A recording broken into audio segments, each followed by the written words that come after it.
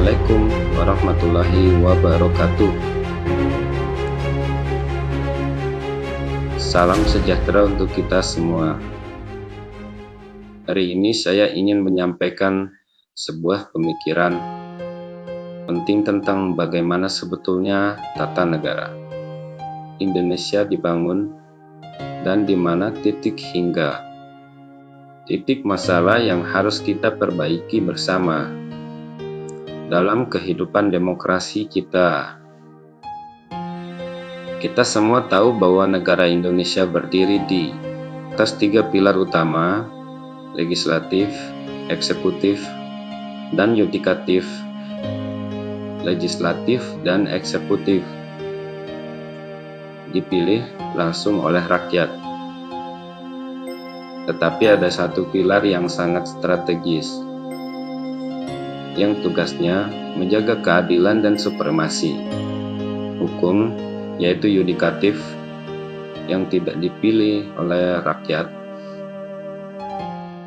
Ini bukan masalah pada konsepnya, tetapi pada prakteknya. Proses pengangkatan hakim, jaksa, dan aparatur penegak hukum dipengaruhi kompromi politik antara eksekutif dan legislatif. Akibatnya, lembaga hukum kita sering dipandang belum sepenuhnya independen. Padahal, konstitusi kita sangat jelas. Pasal 27 ayat 1 UUD 1945 menyatakan segala warga negara bersamaan kedudukannya di dalam hukum dan pemerintahan dan wajib menjunjung hukum dan pemerintahan itu dengan tidak ada kecualinya. Dan pasal 1 ayat 3 UUD 1945 menegaskan negara Indonesia adalah negara hukum. Artinya, negara ini harus dikelola berdasarkan hukum, bukan berdasarkan kekuasaan. Tidak boleh ada lembaga atau individu yang berada di atas hukum. Pemerintah pun tidak boleh bertindak sewenang hingga wewenang. Tapi apakah ini sudah berjalan sepenuhnya? Dalam praktik, kita masih melihat bagaimana polisi, jaksa, bahkan kadang pengadilan berada dalam bayang hingga bayang eksekutif, karena struktur hukumnya menempatkan mereka dalam posisi yang bisa dikendalikan pemerintah. Ini membuat rakyat berada di posisi lemah. Bahkan ancaman kriminalisasi masih terjadi dalam beberapa kasus. Itu satu masalah besar. Masalah kedua adalah Komisi Pemilihan Umum, lembaga yang sangat strategis karena menentukan masa depan kepemimpinan bangsa. Namun KPU kita dibentuk melalui mekanisme yang melibatkan pemerintah dan disahkan DPR. Ini berpotensi menurunkan independensi penyelenggaraan pemilu.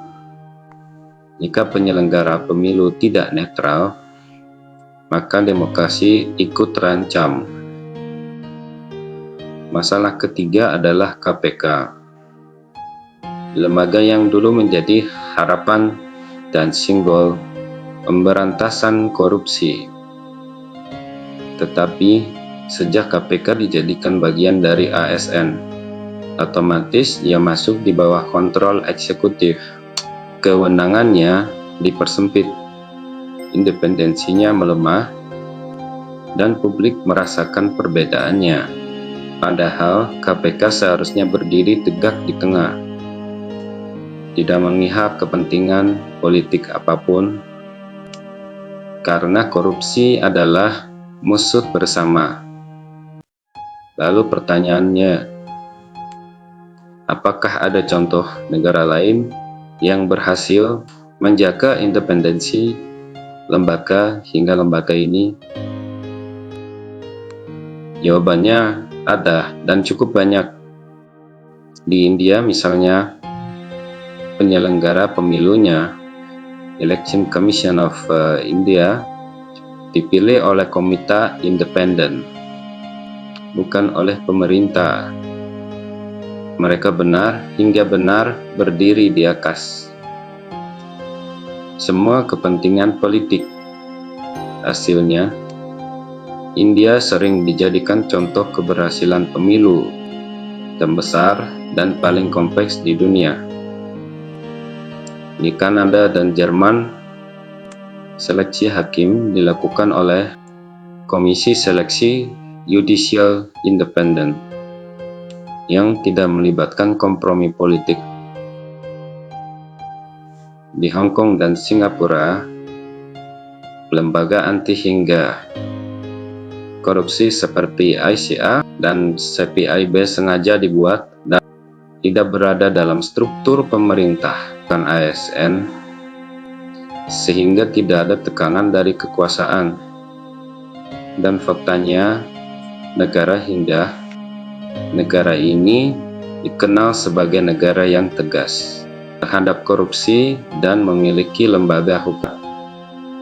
Maka, jika Indonesia ingin benar hingga benar menjadi negara hukum seperti yang kita deklarasikan dalam konstitusi, maka kita perlu melakukan 3 hal. 1. Memperkuat independensi yudikatif melalui komisi seleksi hakim yang bebas dari kepentingan politik. 2. Mengembalikan KPU sebagai lembaga konstitusional independen seperti Election Commission of India. 3. Mengembalikan independensi KPK agar berada di luar eksekutif. Kita tidak sedang mencari kesempurnaan. Kita sedang berusaha menjadikan negara ini lebih adil, lebih berintegritas, lebih demokratis, dan lebih sesuai dengan cita UUD 1945. Karena pada akhirnya, demokrasi bukan hanya tentang memilih pemimpin. Demokrasi adalah tentang memastikan kekuasaan tidak disalahgunakan dan rakyat mendapatkan keadilan yang sama tanpa pengecualian. Saya berharap narasi ini menjadi bahan refleksi bagi kita bersama dan menjadi dorongan bagi pembuat kebijakan untuk memperbaiki sistem ketatanegaraan kita. Demi masa depan bangsa, mari kita jaga agar hukum tetap menjadi panglima, bukan alat kekuasaan.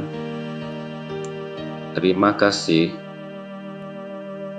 Wassalamualaikum warahmatullahi wabarakatuh.